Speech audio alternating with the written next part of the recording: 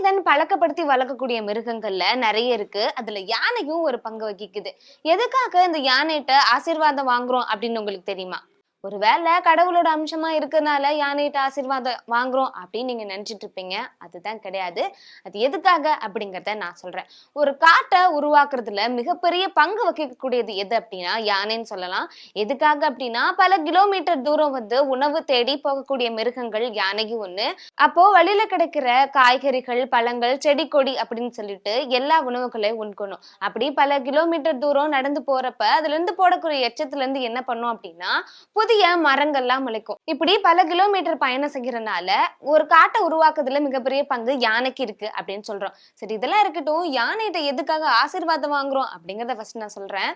எதுக்காக அப்படின்னா மனிதன்ல இருந்து மிருகங்கள் வரைக்கும் எல்லாத்துக்குமே நம்மளுக்கு தெரியும், 2 நாசி துளைகள் வந்து இருக்கும். அது என்ன பண்ணும் அப்படின்னா ஒரு துளைகள்ல வந்து சுவாசம் இழுக்கும் போது இன்னொரு துளைகள் வந்து சுவாசம் வந்து வெளியிடுறதுக்காக பயன்படும்.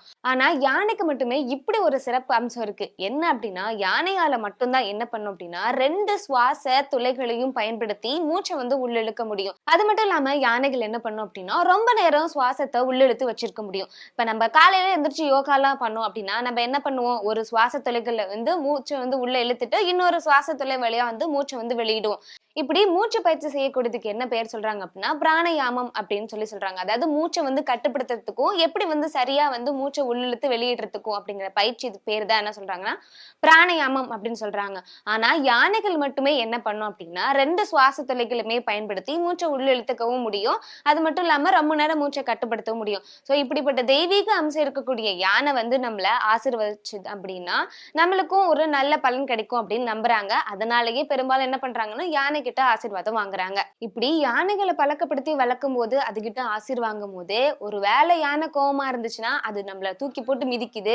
ஒருவேளை இந்த ஆசீர்வாதம் எல்லாம் வந்து புலி சிறுத்தை கிட்ட கிடைச்சுன்னு வச்சுங்க, அது கிட்ட போய் ஆசீர்வாதம் வாங்கணும்னு ஒரு வேலை இருந்துச்சு அப்படின்னா எப்படி இருக்குன்னு பாத்துக்கோங்க, ஒரே ஹெட்சாட் தான்.